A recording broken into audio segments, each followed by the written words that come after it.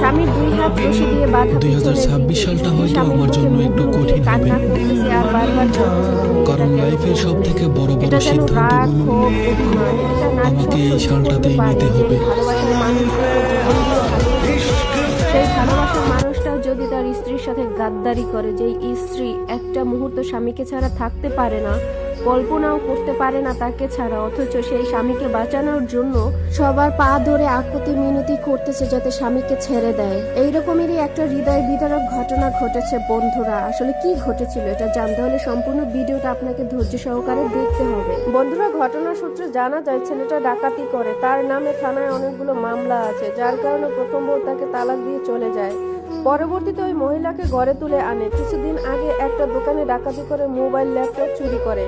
পরে বিভিন্ন কৌশল অবলম্বন করে এলাকার মানুষ ওই ডাকাতকে ধরে।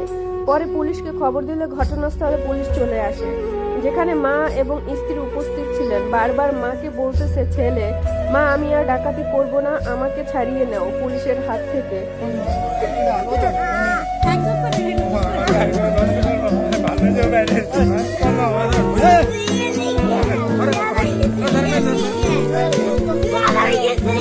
যখন ডাকাতি করেছে তখন কি এটা মনে ছিল না আমার মা আছে, আমার ভালোবাসার মানুষ আছে, আমি ডাকাতি করে যদি ধরা পড়ি তাহলে আমার কি অবস্থা হবে, আমার সংসার কিভাবে চলবে, আমার ফ্যামিলি কিভাবে চলবে।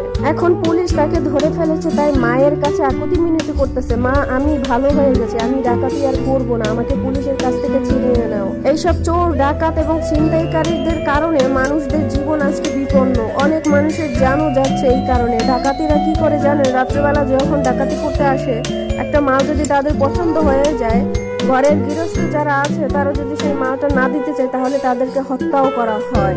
তাহলে এরা কতটা ভয়ঙ্কর হতে পারে, এদেরকে কিভাবে পুলিশ ছাড়বে, কিভাবে জনগণ ছাড়বে। বর্তমানে আপনারা দেখতে পাচ্ছেন যে বাংলাদেশে বিভিন্ন জায়গায় চোর ডাকাত ছিনতাইকারী রাহাজানি বিভিন্ন মানুষদেরকে হত্যা করতেছে। আর তোরা যখন এইসব আকামগুলো করবি তখন কি একটা বার সন্তান স্ত্রীর কথা মনে পড়ে না যে আমি এগুলো কেন করতেছি, সারা জীবনের জন্য জেলে থাকতে হবে।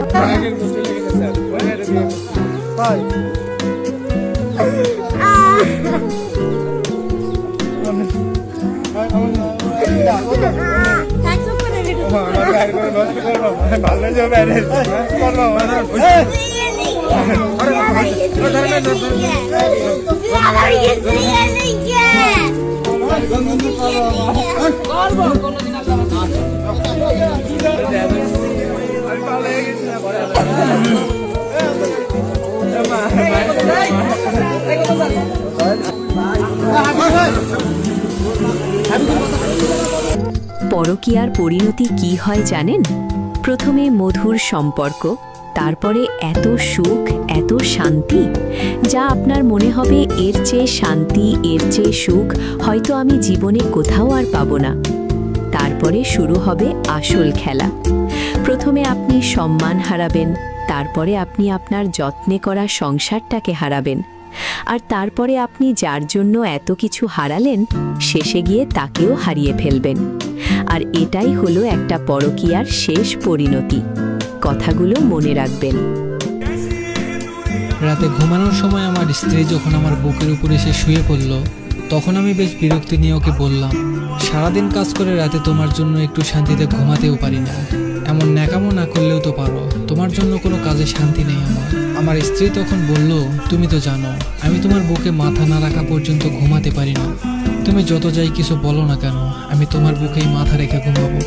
রেগে গিয়ে বললাম, তুমি মরে গিয়েও তো আমাকে মুক্তি দিতে পারো, রোজ রোজ এমন অশান্তি আমার আর সহ্য হয় না, এমন একটা বস্তা গায়ের উপর থাকলে কি কেউ ঘুমাতে পারে? মন খারাপ করে আমার স্ত্রী বলল, আমি তো শুধু রাতের বেলায় বুকে ঘুমাই, আর তো কখনো জ্বালাতন করি না, আমার মাথা ব্যথা করছে, একটু হাত বুলিয়ে দাও। এই কথাটা বলেই আমার হাতটা নিয়ে ওর কপালের উপর রাখলো। হাজারবার বলার পরেও, এমনকি গায়ে হাত তুলেও ওর এই স্বভাবটা আমি কোনোদিন পরিবর্তন করতে পারিনি। আপনারা নিশ্চয়ই ভাবছেন আমার স্ত্রী আমার বুকের উপর ঘুমালে আমি কেন এত বিরক্ত হই। আসলে ওকে আমার এখন ভালো লাগে না, আমার অন্য একটা মেয়ের সাথে রিলেশন আছে, কিন্তু কিছুতেই মিতাকে বলতে পারি না। মিতা আমার স্ত্রীর নাম। এমন বেহায়া মেয়ে আমি খুব কম দেখেছি, ওর জন্য রাতে কণিকার সাথে তেমন কথা বলতে পারি না। ঘুমাতে এলে আমাকে ধরে রাখে, গায়ের সাথে মনে হয় খুব গরম কিছু লেগে আছে। মিতার কপালে হাত রেখে বুঝতে পারলাম ওর গা অস্বাভাবিকভাবে গরম, হয়তো জ্বর এসেছে। শীতের রাতে গরম কিছু কার না ভালো লাগে। আমি হাতটা ওর কপালের সাথে চেপে ধরে রাখলাম। ওর কিছু কষ্ট কমবে এই জন্য নয়, বরং এত সময় কম্বলের বাইরে রাখা হাতটা নিমেষেই গরম হবে সেই আশায়। সকাল 8টায় ঘুম ভেঙে দেখলাম মিতা আমার বুকের উপর ঘুমিয়ে আছে। গায়ে হাত দিয়ে বুঝলাম গা রাত থেকেই অনেক বেশি গরম হয়ে আছে। কয়েকবার ডাক দিলাম কিন্তু কোনো সাড়া দিল না।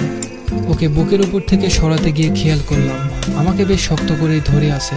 তবুও ফ্রেশ হতে চলে গেলাম, কিন্তু মিতার অবস্থা ক্রমশই খারাপ হচ্ছে। তাই ওকে নিয়ে হাসপাতালে গেলাম। ডাক্তার বলল ওর অবস্থা এখন বেশি খারাপ, এখনই আইসিইউতে ভর্তি করতে হবে। কিন্তু আমি ওর জন্য এত টাকা নষ্ট করতে পারবো না, তাই সাধারণ মহিলা ওয়ার্ডে ভর্তি